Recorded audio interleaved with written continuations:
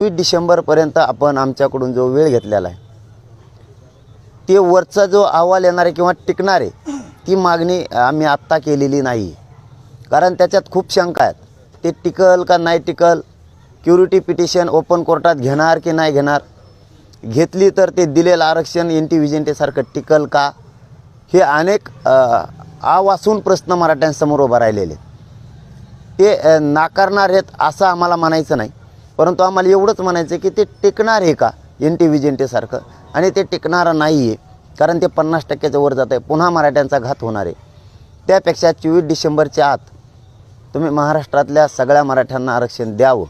मात्र पुढची जी तुमची डेडलाईन आहे ते आम्हाला मान्य नाही. आम्हाला जर तुम्ही आरक्षण जे आपलं ठरलं आहे त्या कागदाप्रमाणे त्यातला एक शब्द आपण घेतला आहे, त्याप्रमाणे आणखीन 2 शब्द त्यामध्ये घेऊन जर 24 डिसेंबरपर्यंत आपण आरक्षण द्यावं याची आम्ही वाट बघतोय. तुम्ही नाही दिलं तर आंदोलन मात्र आम्ही 24 डिसेंबरला पुकारणार आहे. 2 शब्द कोणते ते 23ला सांगणार आहेत आम्ही. कारण तोपर्यंत आम्हाला आणखीन असं आहे की त्यांनी जे खरे काही शब्द त्यामध्ये घेतलेत त्याचा अर्थ सरकार सध्या तरी 50% प्रामाणिक आहे, राहिलं 50%. तो विषय त्यांनी तातडीने हाताळावा किंवा आज उद्या ती पुन्हा ते शब्द सांगावे त्यांनीच. कारण त्यांच्याकडूनच अपेक्षित त्यांनी ते सांगणं, कारण त्यांच्या तज्ज्ञानं ते लिहिलेलं आहे.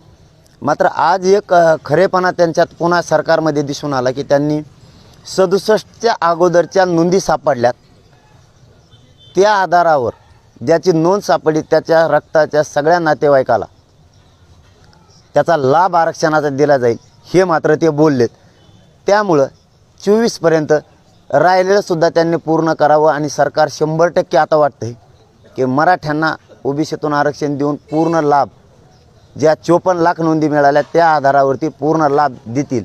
नाही दिलं तर मात्र फेब्रुवारीच्या शब्दावर आम्ही हे सांगतो की 24ला आम्हाला आंदोलन पुकारावं लागणार.